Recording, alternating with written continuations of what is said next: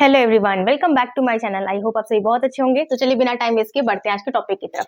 आज हम लोग बिल्कुल न्यू चैप्टर पढ़ने वाले हैं, पॉलीमर्स। ठीक है, तो पॉलीमर बेसिकली हमारा होता क्या है, जब बहुत सारे मोनोमर्स आपस में आकर जुड़ते हैं तो वो क्या बनाते हैं, पॉलीमर बनाते हैं। मोनोमर क्या है, मोनोमर बहुत ही छोटी सी एक यूनिट है। ठीक है, तो इसको हम कैसे लिख सकते हैं, monomeric unit combines to form polymer. जब बहुत सारे मोनोमेरिक यूनिट्स आपस में कंबाइन होंगे तो क्या मिलेगा, हमें पॉलीमर मिलेगा। अब इनको कई सारे बेसिस पे क्लासिफाई किया गया है, जैसे based on source, based on structure, इस तरीके से कई सारे बेसिस पे हम इनको क्लासिफाई करते हैं। तो सबसे पहले आज हम देख लेते हैं इनका क्लासिफिकेशन बेस्ड ऑन सोर्स। ठीक है, इसका हम क्लासिफिकेशन देख रहे हैं। ठीक है, किसकी बेसिस पे है ये, बेस्ड ऑन सोर्स। सारी चीजों को कहीं पर आप नोट डाउन करते चलिएगा। ठीक है, तो बेस्ड ऑन सोर्स इसको हमने कौन कौन से पार्ट में डिवाइड किया है, इसको हमने 3 पार्ट्स में डिवाइड किया हुआ है। ठीक है, बेस्ड ऑन सोर्स हमने इसको डिवाइड कर दिया पॉलीमर को 3 पार्ट्स में। ठीक, पहला क्या हो जाएगा आपका, नेचुरल पॉलीमर्स। पहला हो गया नेचुरल पॉलीमर्स।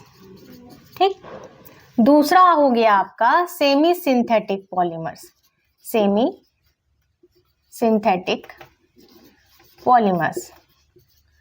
तीसरा आपका क्या हो गया, synthetic polymers, synthetic polymers. Natural polymers, ये इसके अंदर भी आपको 2 पार्ट्स मिल गए। जैसे मान लीजिए एक हो गया आपका इसके इसी के अंदर है, नेचुरल पॉलीमर्स के अंदर ही हो गया आपका बायोडिग्रेडेबल,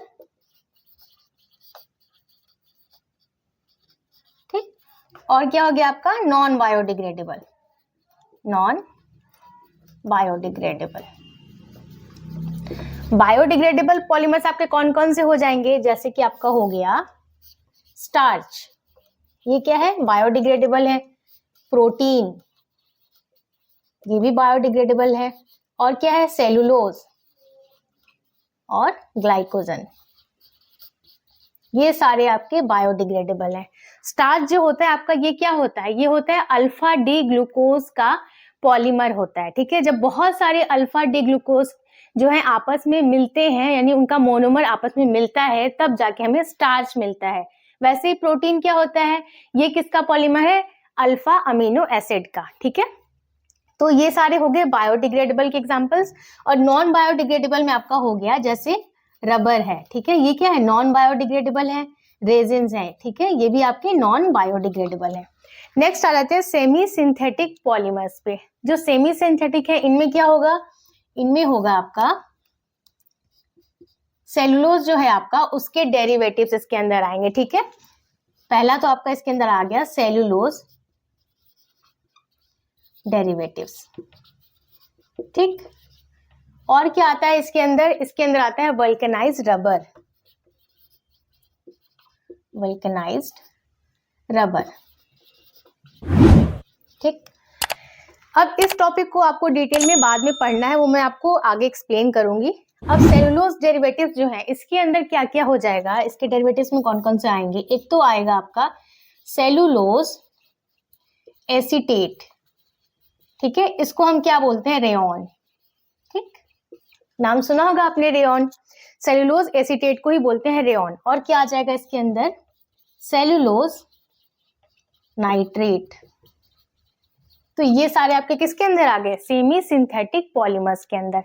लास्ट है हमारा सिंथेटिक पॉलीमर्स। तो सिंथेटिक पॉलीमर्स में आपको पता ही होगा क्या क्या होता है, इसके अंदर आता है पॉलीथीन। ठीक है, अब आप पॉलीथीन लिखिए या पॉलीएथीन लिखिए, दोनों सेम चीज है। ठीक है, चाहे आप डायरेक्टली पॉलीथीन लिखिए या आप उसको क्या लिख सकते हैं, पॉलीएथीन। नेक्स्ट क्या हो जाएगा, ब्यूना एस।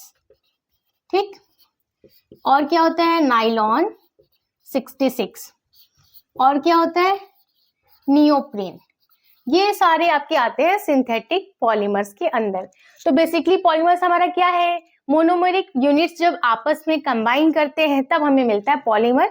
अगर सिंपल वे में मैं आपको समझाऊं तो बहुत सारे छोटे छोटे मोनोमर्स या कहिए छोटे छोटे से स्मॉल यूनिट्स आपस में जब जुड़ते हैं और एक बड़ी यूनिट फॉर्म होती है तो उसको हम बोलते हैं पॉलीमर। ठीक, क्लासिफाई हमने किया इसको बेस्ड ऑन सोर्स, तो 3 टाइप्स में हमने इसको क्लासिफाई किया है, natural polymers, semi synthetic polymers and synthetic polymers.